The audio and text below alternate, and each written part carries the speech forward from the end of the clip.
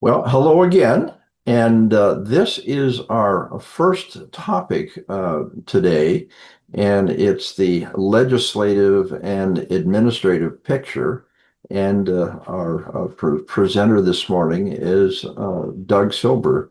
Uh, Doug is I suppose we can call you an experienced observer of the legislative and administrative picture. And Doug has been very helpful to the mining law program at the University of Arizona and has participated and put together a couple of our courses. And I'll probably drag him in to do some other stuff. We're looking at expanding some of the mergers and acquisitions, Doug, and I think that you would be great to do that. So.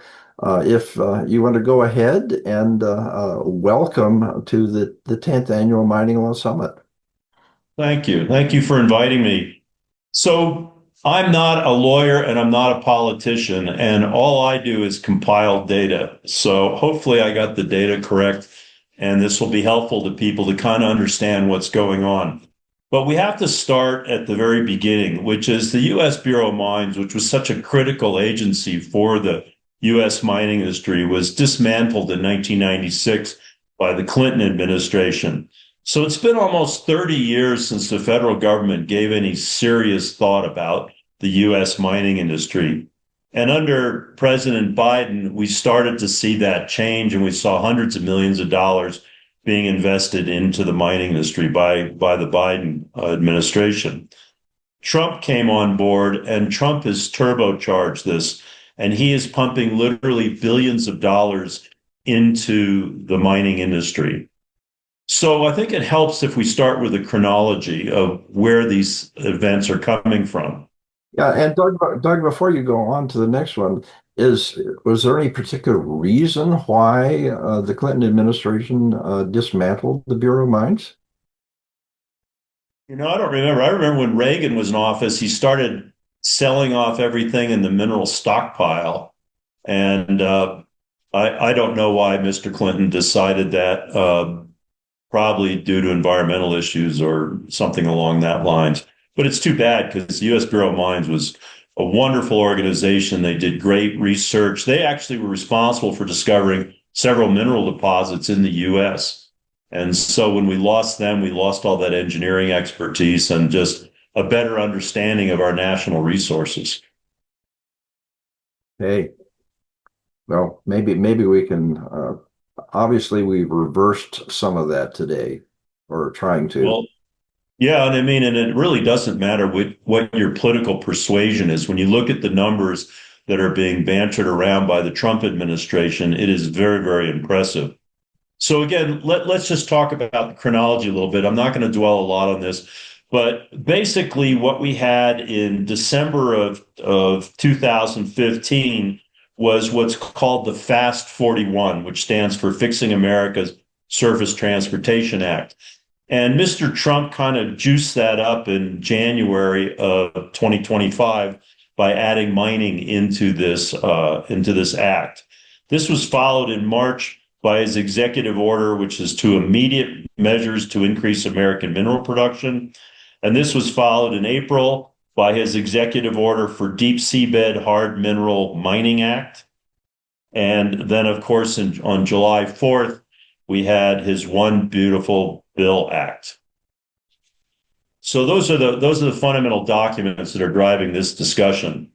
So let's start with an overview. What were the intents of these actions?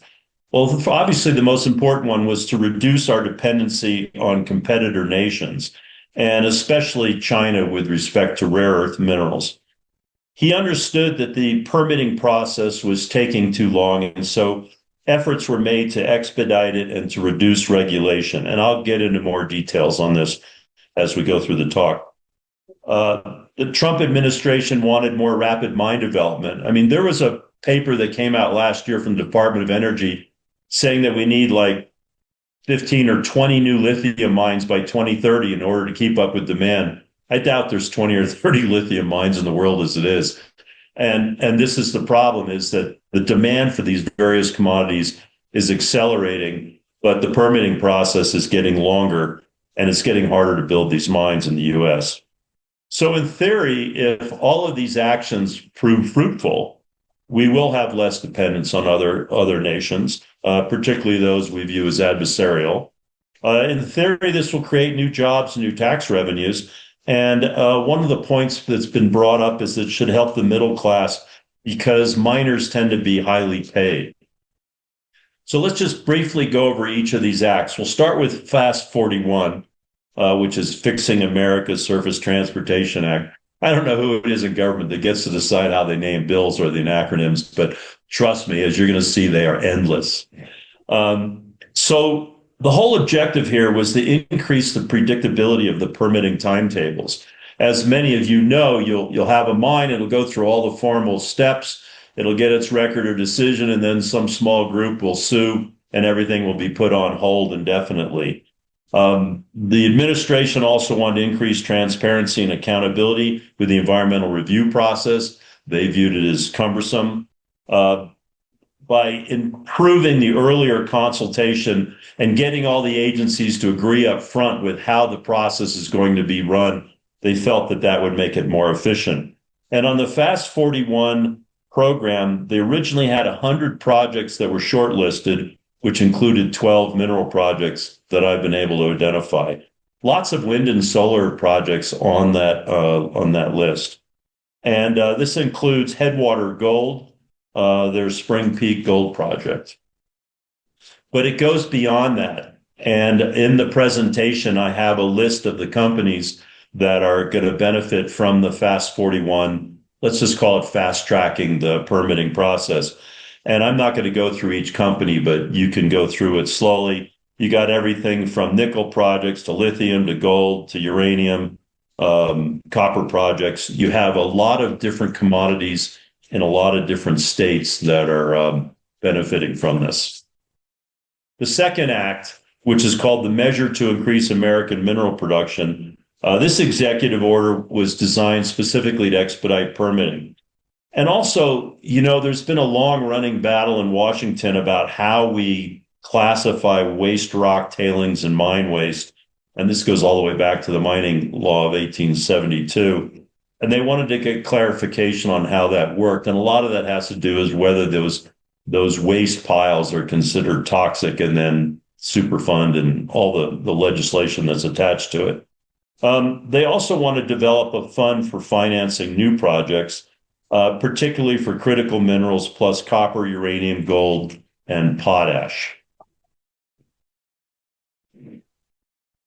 Doug, it's one of my experiences along these lines that may be significant as to how we have a lack of understanding as to how some of it works.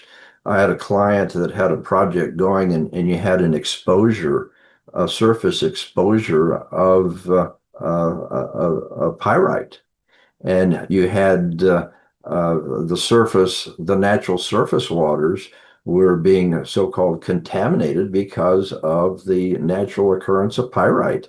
And it took us a long time to convince them that this was a natural situation. So there was a real lack of understanding of how the real world works. Yeah, I actually worked on a project like that too. I'm not sure whether it was the same one, but yeah, and basically the government tends to take the position, well, if you're disturbing the earth in this area, you're responsible for all of it, whether you created it or Mother Nature did. And those are the sort of issues that get tied up in courts for a long time. Let's go on to the next act, which is the Deep Sea Hard Mineral Resource Act, which has an acronym that nobody can actually pronounce. It's something like DSHMRA. Anyway, the original law was passed in 1980, and it was designed to encourage deep seabed mining and support technology developments and all of that stuff. NOAA was responsible for issuing the permits and the regulation.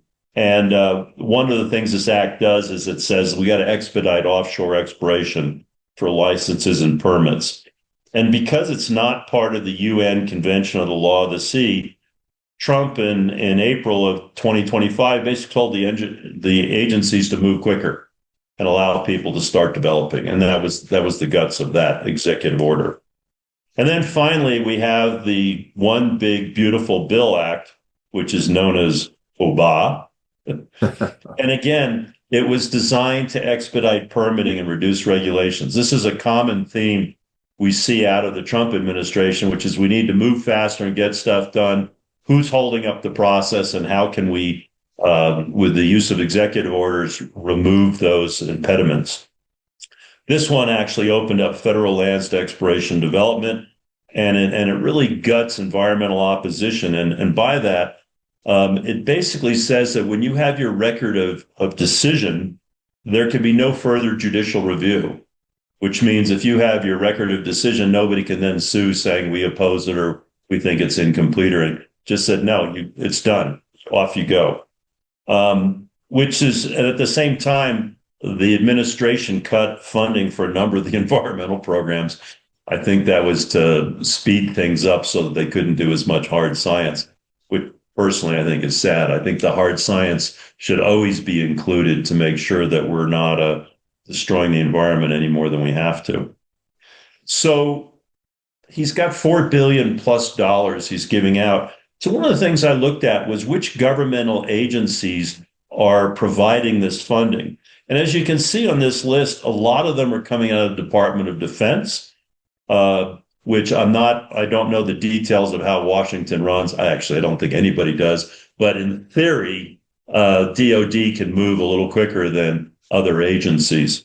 We also see the Department of Energy involved in a couple of their different groups. And then we even have the U.S. Treasury and the tax credit section. So it's fascinating that they're drawing this money from many different places. They're not just getting it all coming out of one pot. It's coming from all these different agencies. And it'd be really interesting to find out how they decide which agency is going to be used. So now I've laid out the various acts and what they are trying to accomplish. So where do things stand right now? As best I can tell, there's 21 or 22 companies that are benefiting from these programs.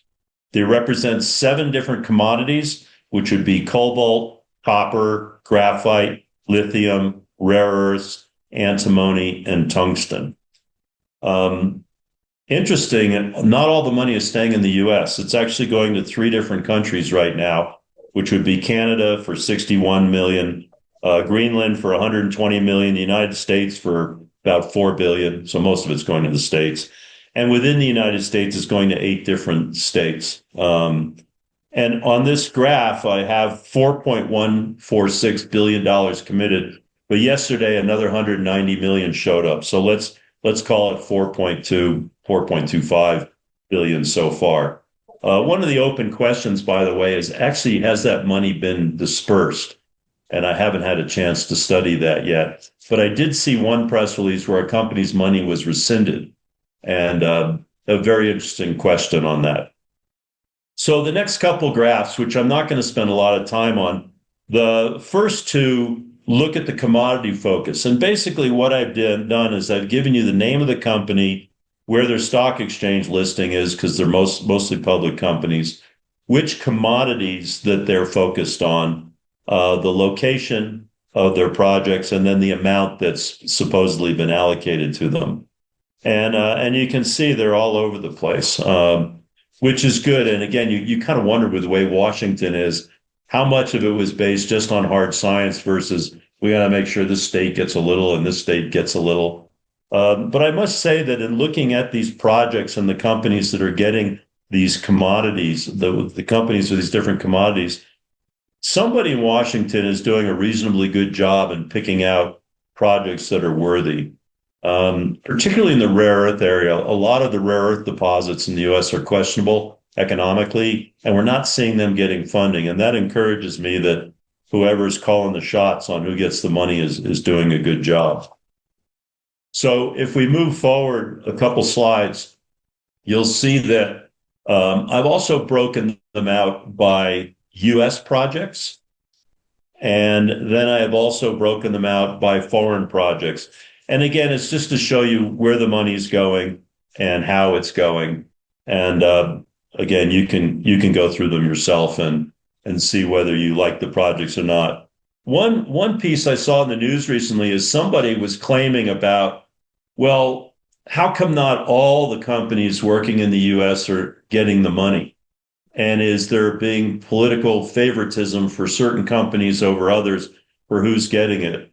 But based on my original read on these companies, I think somebody's actually discriminating and they're being selected based on technical merit, not on political affiliation. So I throw that out there because it's an easy talking point for somebody who wants to raise noise about fairness and stuff like that. But I would much rather the government fund good projects than fund bad ones simply because they're in the US.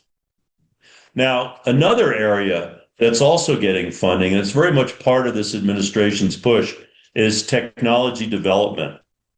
And if you look at the various topics in the slide, the next slide, you'll see that a lot of it has to do with either adding circuits to existing operations, building manufacturing plants that will use these commodities to build, for instance, neodymium magnets, stuff like that. There is money going towards whether we can improve recovery rates, and then also there is money going towards looking at recycling, whether we can increase the amount of recycling. So because I'm a finance guy, I couldn't help myself. I had to look at how they were doing some of their financings. And what was really interesting to me is the equity financings. Now, I know a lot of people make a joke, well, the only other country in the world that does equity financing into companies is China. Yeah, nice noise. But the US has done this before. If you remember when General Motors was in trouble, the Obama administration pumped in billions. And then when they sold their investment years later, they made a really healthy return.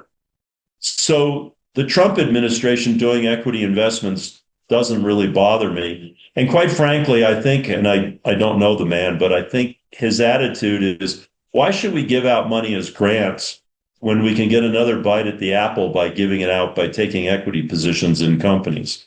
And when you look at the equity investments, it's kind of interesting. I'll just take an example with Lithium Americas. The government took a 5% equity interest in Lithium Americas in return for allowing the company to draw 35 million and to deliver 182 million pounds of lithium and getting a 5-year deferral on their debt service. I don't know who ran the numbers on this, but this is a pretty clever deal, which is to say the company, of course, wants to hold off paying the debt back.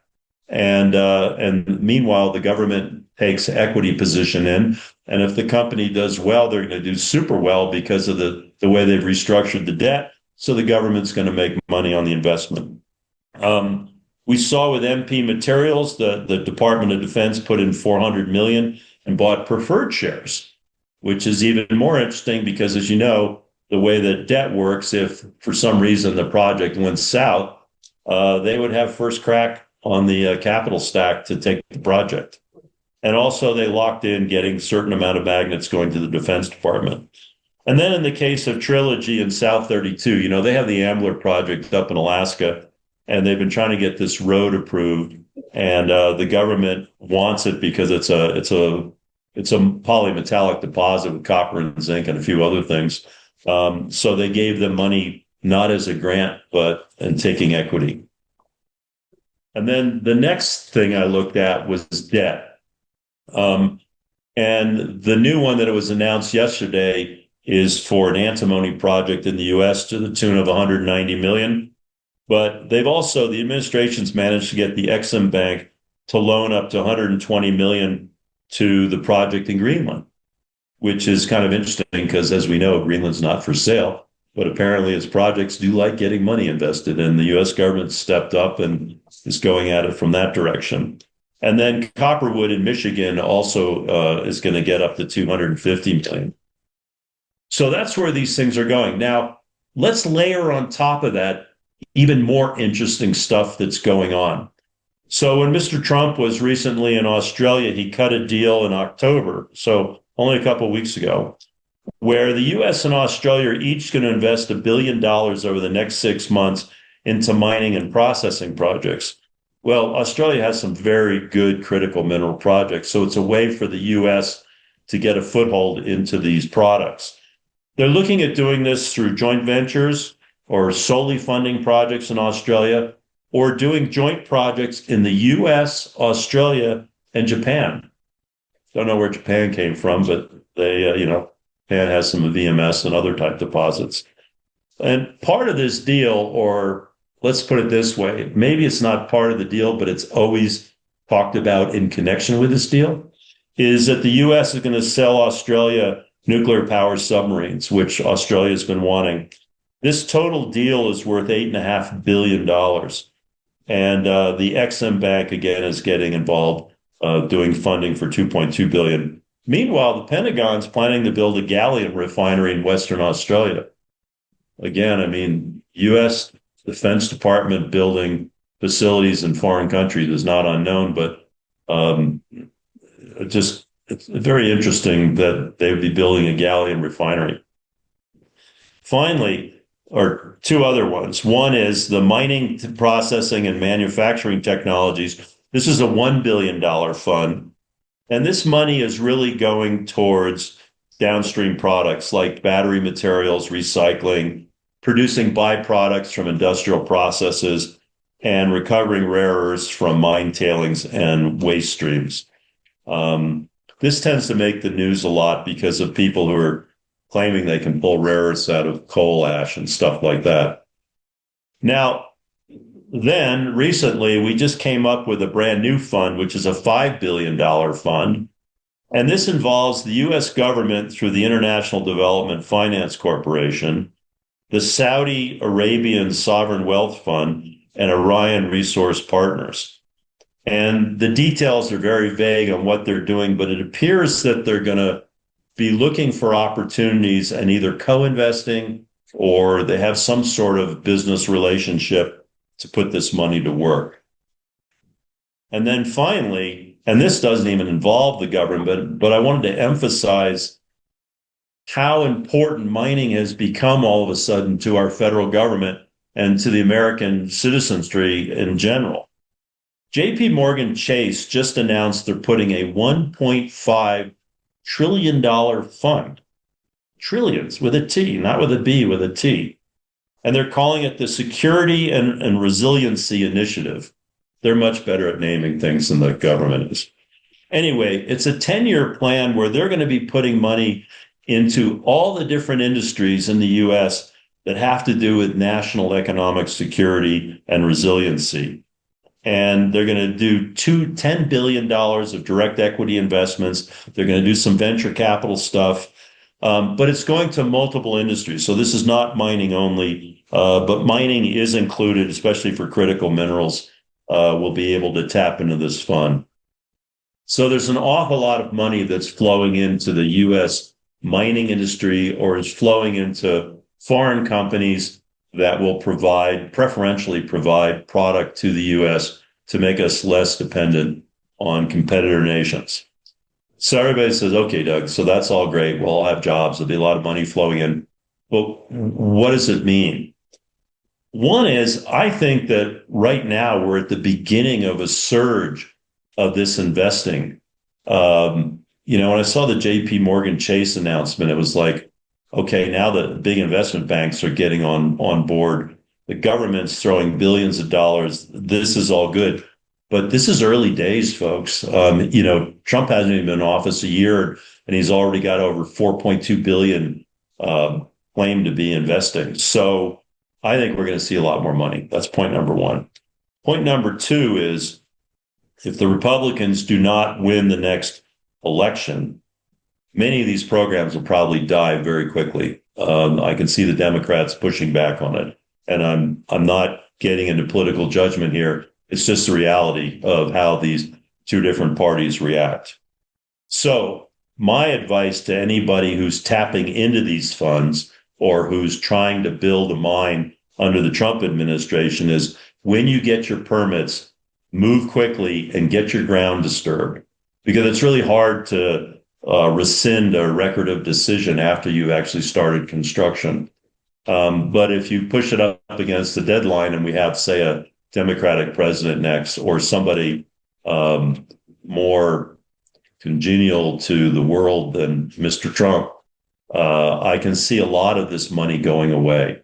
So put it to work quickly. Let's help in America's national security. And it is going to guarantee one thing. It is going to change the relationship of the U.S. to all the other countries when it comes to natural resources. In many ways, what the current administration is doing is what China did 20 years ago when they decided to become quasi-capitalist, where they went out and they started locking up the product they need for their people or for their products. And they were very successful. And that's very much what we're seeing here with the Trump administration. So, to all the miners who've been wondering when the federal government would ever support you again, they're here in a big way. So, take advantage of it. Thank you. Well, thank you, Doug. I really appreciate your observations on the state of affairs that we're in right now.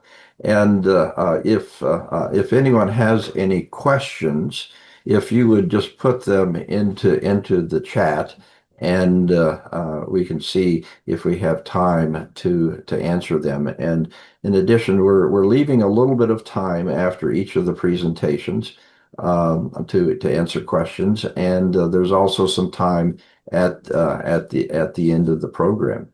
So, Doug, thank you very much. I really appreciate your participation here, and we look forward to your continuing involvement in the mining law program at the University of Arizona Law School. Thanks, John. Okay, well, do we have we really appreciate Doug's observations, and I see that we do have uh, Marion Lalonde is also here, and we do see there is a question on that was submitted. I can't see the question, it says, from someone. Oh, yeah, Doug was responding to that. Yeah, I can't see it either, Doug. Uh, but uh, uh, but anyway, I know Marion, you've done some work for South 32 that's on the list there on Fast 32. Have you seen any substantial acceleration of the process? Oh, absolutely. I think, we're for whether it lasts or not, we don't know. But I think for now, the fact that, times have changed quickly and the Department of Energy is interested in investing in getting these mining projects up and running domestically, that I think everybody is making sure that we take advantage of this for however long it lasts so that we can get some things in place and get things going, because the point was made that it's much harder after you break ground to try to backtrack on these types of deals. So I think in general everybody is at least in my circle and the clients that I work with, we're definitely put the foot to the pedal and trying to make sure we can get these things done and working swiftly to take advantage of these programs while they last. And Doug, I see that you're back on the you commented that these things were changing from day to day. We did that interview just a, a couple a couple weeks ago. Any real changes since then? Yeah. Can you hear me, John? Yeah, you're fine. Yeah, again, I mean, I'm up to 4.4 billion now in total. And as I said, almost every day there's an announcement. And by the way, for those who want all the data in the PowerPoint, most of it will be published in Mining Engineering next month. But it continues. Every day there's an announcement, and my big watch list right now is whether the money actually gets dispersed. That's my big issue. You were talking about the issues of hard science within the permitting process. The where do you think the emphasis should be there? To the extent that hard science is available, should I suppose that we should encourage the redevelopment of uh, uh, uh, of the various mining of institutions or within the industry. Well, this is a much bigger issue because the seems like the bulk of Americans don't believe in STEM education. But as far as I'm concerned, if the government's going to spend my taxpayer money, I want them to spend it on good projects and not political projects. And so science is absolutely critical. I do think that the EPA serves a very important purpose in the permitting of mines. I do not believe all mines should be permitted. But as long as they stick to their guns and do good technical work, do good science, I'm very optimistic that the right projects will get financed and not fail after they're built. Okay, I see that we got one comment here. Speaking of permitting and tech, and from your vantage point, Doug, any thoughts on or awareness of issues related to President Trump's April 15 presidential memorandum on updating permitting technology for the 21st century? I don't really have an, I'm sorry, you'll have to forgive me, but I'm very cynical about Washington and the people who govern us. Uh, it's nice, it's out there in the media. He can pat himself in the back, but I don't see anything materially happening because of how Washington doesn't function. Well, I suppose moribund is a classic representation of what may be one of the problems. Yeah. Okay, Marion, do you have anything else you'd like to throw into the process here? I do not. I thought that was a great presentation. Thank you.